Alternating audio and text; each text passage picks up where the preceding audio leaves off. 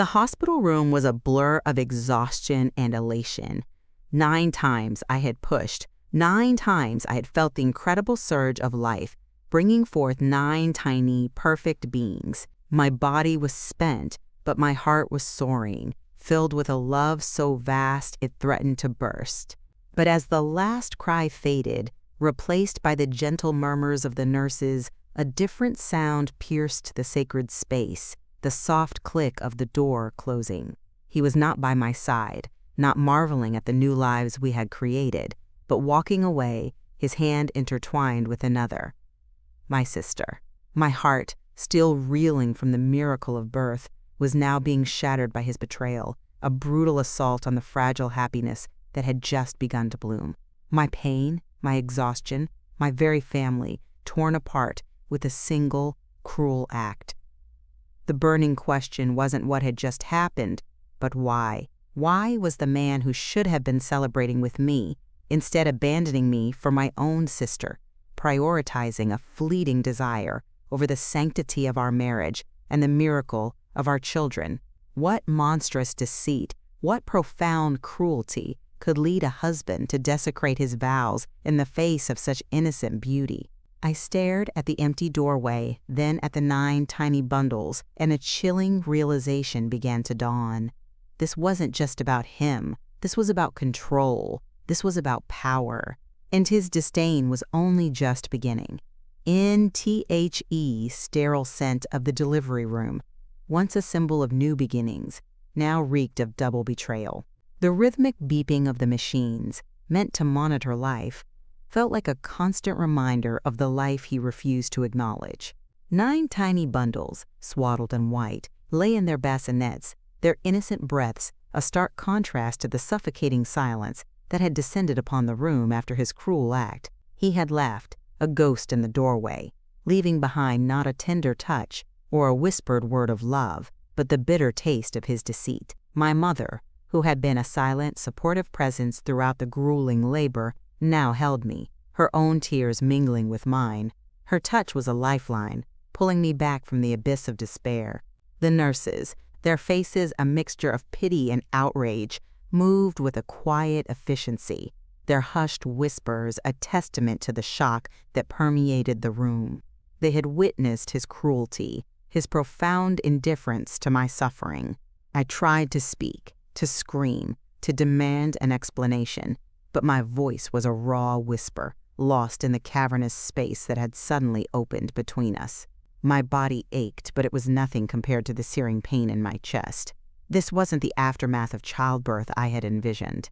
There were no tender embraces, no whispered words of love, no shared awe over our new arrivals. Instead, there was this chilling tableau of destruction and disdain. I looked at my children, their tiny faces serene in sleep, oblivious to the storm that raged around them. How could he look at them, at these innocent beings, and feel such hatred? Was it because they were girls? Was that the unforgivable sin? The thought was a venomous sting, poisoning the last vestiges of my hope. I had always believed in him, in us, in the future we were building, but in that moment, surrounded by the wreckage of his rage, I saw a stranger, a cruel, unfeeling stranger who had just ripped apart not just baby clothes, but the very fabric of our shared dream. The betrayal was absolute, a wound that would fester long after my physical scars healed. I closed my eyes, wishing I could unsee, unhear, unfeel, but the image of his tearing hands, the sound of ripping cloth, and the cold, hard truth of his contempt were seared into my memory, a permanent brand of his cruelty. This was not the man I married. This was a monster, and I was trapped in his lair, with 8 helpless angels depending on me. Returning home was not the homecoming I had dreamed of. The house, once filled with the promise of new life, now felt hollow, echoing with the unspoken absence of a father's embrace. He moved through the rooms like a ghost, his presence a chilling reminder of the chasm that had opened between us. The nursery, once a sanctuary of anticipation, now felt like a mausoleum, its emptiness a stark contrast to the vibrant life it was meant to hold. He never entered the room, never lingered at the doorway, never acknowledged the tiny lives that now filled our home. It was as if the nursery, and the precious cargo within it, were invisible to him, a burden he refused to acknowledge. I would spend hours there, rocking my daughters, singing lullabies, my voice a desperate attempt to fill the void left by his silence. Each feeding, each diaper change, each moment of tender care was a solitary act, a stark contrast to the shared joy I had envisioned. My mother, bless her unwavering spirit, tried to bridge the gap. She would gently place a baby in his arms, her eyes pleading, her voice soft with encouragement. But he would stiffen, his muscles rigid, his gaze fixed on some distant point beyond the child's innocent face. He would hold them for a fleeting moment, his touch hesitant, almost repulsed, before handing them back to me, his relief palpable. It was a ritual of rejection, played out again and again, each instance a fresh wound to my already bruised heart. The empty cradle of his affection was a constant ache, a reminder of the love that was withheld, the connection that was denied. I watched my daughters, their tiny hands reaching out, their eyes searching for a warmth that never came from him. How long would it be before they noticed? Before they understood the silent rejection that permeated our home? The thought was a chilling premonition, a fear that gnawed at me day and night. I had to protect them, to shield them from the pain of his indifference. But how do you shield a child from the absence of a father's love? The house, once a symbol of our shared future, now felt like a cage, and I was trapped within its walls, with 7 innocent souls depending on me. The empty cradle was not just a physical space. It was a metaphor for the emotional void that threatened to consume us all. But I would not let it. I would fill that void with my love, with my strength, with my unwavering devotion. For them, I would be both mother and father, a fortress against the cold reality of his absence. The world outside our home became a mirror reflecting his silent scrutiny. Every outing, every visit, every interaction was tinged with the unspoken judgment of others. Neighbors would offer sympathetic glances, their eyes lingering on my 7 daughters, then subtly shifting to him, a silent question hanging in the air. Friends would offer well-meaning advice, their words carefully chosen, avoiding any direct mention of his coldness, yet their concern was palpable. I felt like I was living under a microscope, every move, every decision, every interaction scrutinized for signs of distress, for evidence of the unspoken truth. He, meanwhile, maintained his facade of normalcy, a master of deception. In public, he would offer a perfunctory smile, a fleeting touch, just enough to deflect suspicion, to maintain the illusion of a loving family. But I knew the truth, the chilling reality that lay beneath the surface. His public displays were a performance, a carefully choreographed act designed to protect his image, not to nurture his family. The silent scrutiny of others was a constant reminder of my isolation, of the burden I carried alone. I longed to confide, to scream, to expose the truth of his cruelty, but fear held me captive, not for myself, but for my daughters. What would happen if I shattered the illusion? What further wrath would his exposed ego unleash upon us? I had seen the darkness in his eyes, the chilling indifference that bordered on cruelty. I knew instinctively that he was capable of anything. My mother, ever vigilant, tried to offer a shield, her presence a silent defiance against the unspoken judgments. She would hold my hand, her touch a silent reassurance, her eyes conveying a message of unwavering support. "Let them talk, my love," she would whisper. "Their words cannot touch your truth." But their words, their glances, their silent scrutiny chipped away at my resolve, eroding my confidence, making me question my own sanity. Was I overreacting? Was I imagining his coldness? No. The answer was a resounding no. The pain was too real, the void too vast. The silent scrutiny was a constant pressure, a weight that threatened to crush me. But as I looked at my daughters, their innocent faces trusting, their eyes filled with an unshakable love, I found a renewed strength. I would not let their judgments define me, nor would I let his cruelty break me. I would endure for them. And in my endurance, I would find my own quiet rebellion against the silent scrutiny of the world. In NTHE, silent scrutiny, once a source of shame, slowly began to transform into a catalyst for rebellion. The whispers of concern from friends and family, once a painful reminder of my isolation, now became seeds of defiance, germinating in the fertile ground of my growing anger.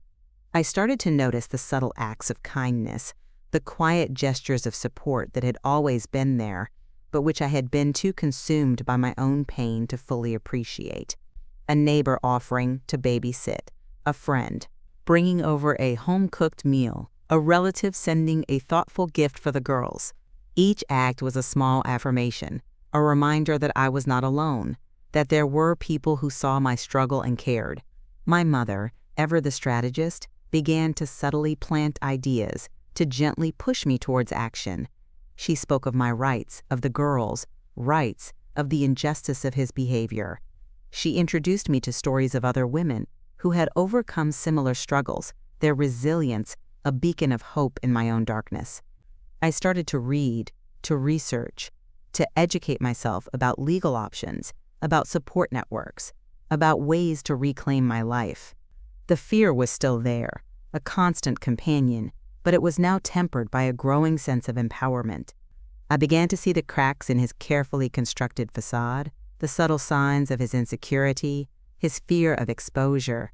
He thrived on control, on my silence, on my fear. But with each seed of rebellion that took root within me, his grip began to loosen, his power to wane. I started to speak up, subtly at first, then with increasing confidence. I would challenge his dismissive remarks, question his arbitrary rules, assert my own needs and the needs of my daughters. The change was imperceptible to him at first, a slow burn that he dismissed as postpartum hormones. But it was a fire, steadily growing, fueled by a righteous anger and an unwavering love for my children. The seeds of rebellion had been sown, and they were beginning to sprout, promising a harvest of freedom and justice. The path ahead would be fraught with challenges, but I was no longer walking it alone. I had an army of silent supporters, and a growing strength within me that would not be denied. The rebellion had begun, and I was ready to lead it. NTHE, seeds of rebellion, had blossomed into a full-blown determination, and the time had come for the unveiling of truth. The carefully constructed facade he had maintained for so long was about to crumble, exposed by the relentless light of reality. I had meticulously documented everything, every cruel word, every dismissive glance, every act of neglect. My mother, my unwavering ally, had helped me gather evidence, compiling a dossier of his indifference that was both heartbreaking and damning. We had consulted with lawyers, their faces grim as they absorbed the details of my living nightmare. They assured me that justice, though often slow, would prevail. The fear was still a cold knot in my stomach, but it was now overshadowed by a fierce resolve. This wasn't just about me. It was about my daughters, their right to a life free from the shadow of his rejection. The day I served him with the divorce papers was a blur of emotions. His face, usually so impassive, contorted into a mask of shock and disbelief, then quickly hardened into a familiar mask of rage. He tried to intimidate me, to threaten me, to remind me of his power. But I no longer cowered. I met his gaze, my own eyes reflecting a newfound strength, a quiet defiance that surprised even myself. The battle lines were drawn. He was the oppressor, and I, with my 7 innocent daughters, was the warrior. The legal proceedings began, a grueling process of depositions, hearings, and endless paperwork. He tried to discredit me, to paint me as an unstable, vengeful woman. He brought up old arguments, twisted my words, tried to undermine my credibility. But I held firm, my truth unwavering, my resolve unyielding. Each painful memory I recounted, each piece of evidence presented, was a step closer to freedom, a step closer to a new beginning for my daughters and me. The unveiling of truth was not just about exposing his cruelty. It was about reclaiming my voice, my dignity, my right to a life filled with love and respect. The storm was raging, but I was no longer a helpless victim. I was a force to be reckoned with, armed with the truth and an unwavering love for my children. And I knew, with every fiber of my being, that I would emerge from this stronger, more resilient, and ultimately free. NNTHE courtroom, a sterile arena of legal battles, became the stage for the verdict of the heart. He sat across from me, his face a carefully constructed mask of injured innocence, his eyes darting around, seeking validation, sympathy. But the truth, once unveiled, cast a long shadow over his carefully crafted lies. My lawyer, a beacon of unwavering resolve, presented our case with a quiet power that resonated through the room. She laid bare his chilling indifference, his profound rejection of his own daughters, his systematic emotional abuse. The testimony of my mother, my friends, and even some of his own relatives painted a damning picture of a man devoid of empathy, consumed by his own selfish desires. I testified, my voice clear and steady, recounting the painful details of his refusal to acknowledge his children, his refusal to carry them, his refusal to love them. I spoke of the silent suffering, the unseen burden, the empty cradle of his affection. My words were not filled with anger, but with a quiet sorrow, a profound disappointment that resonated with the judge, a woman whose eyes held a deep understanding. His lawyer, a slick, condescending man, tried to discredit me, to paint me as a bitter, vengeful woman. He twisted my words, questioned my motives, tried to undermine my credibility. But I held firm, my gaze unwavering, my truth undeniable. The judge listened intently, her expression unreadable, but I could feel the weight of her consideration, the gravity of her decision. The hours dragged on, each moment a test of endurance, a battle of wills. But through it all, I held on to the image of my daughters, their faces a constant reminder of what I was fighting for. The verdict, when it finally came, was not just a legal pronouncement. It was a verdict of the heart. He was found guilty, not just in the eyes of the law, but in the eyes of humanity. His lies were shattered, his cruelty exposed, his indifference laid bare for all to see. The reckoning was complete, and for the first time in a long time, I could breathe freely, the suffocating weight lifted from my chest. The battle was won, but the war for healing had just begun. And I knew, with a certainty that transcended all doubt, that my daughters and I would emerge from this stronger, more resilient, and ultimately free.